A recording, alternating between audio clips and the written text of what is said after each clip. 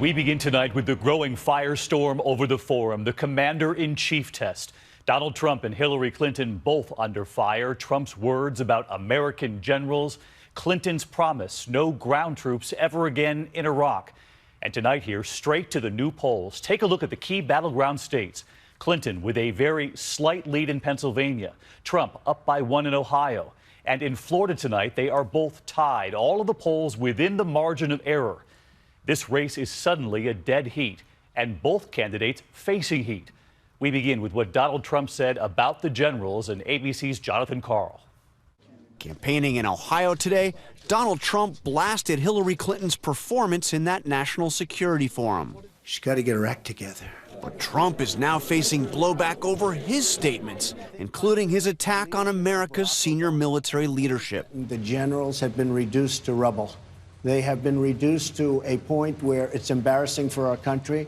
He even suggested he'd fire the top brass. Well, there'd probably be different generals, to be honest with you. But there are only so many generals. They come up through the ranks, serving presidents of both parties. Then there's what he said about his first classified national security briefing. And I was very, very surprised in almost every instance. And I could tell, I have pretty good with the body language, I could tell they were not happy.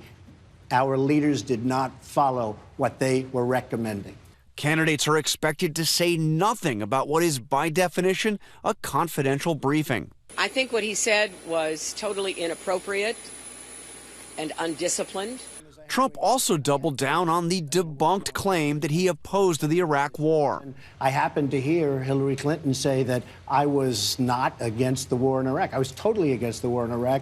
You can look at Esquire magazine from '04. You can look at before that. But 2004 was a year after the war started. Tonight, the Clinton campaign fired off this email.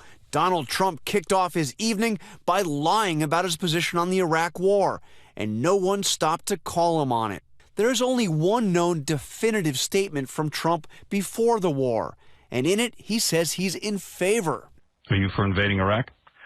Yeah, I guess so. I wish I wish the first time it was done correctly. At the forum, Trump was also pressed about his plan for defeating ISIS. For more than a year, he has said he has one. There is a method of defeating them quickly and effectively and having total victory. I don't want the enemy to know what I'm going to do. All I can tell you is that it is a foolproof way of winning. But recently, he said he'd ask his generals to come up with a plan.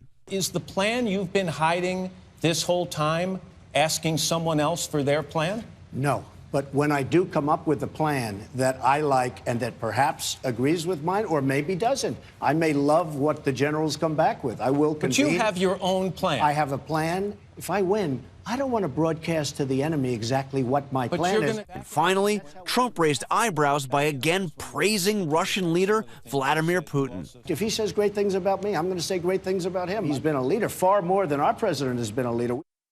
And Jonathan Karl with us live tonight. John, Trump not only standing by his praise of Putin, but citing Putin's poll numbers in Russia. Well, you know that Donald Trump loves to talk about polls, and he said that Putin has an 82% approval rating in Russia. What he didn't mention is that Putin is essentially a dictator who maintains near total control over Russian mass media and is known to crack down on Russians who dare to challenge him, David.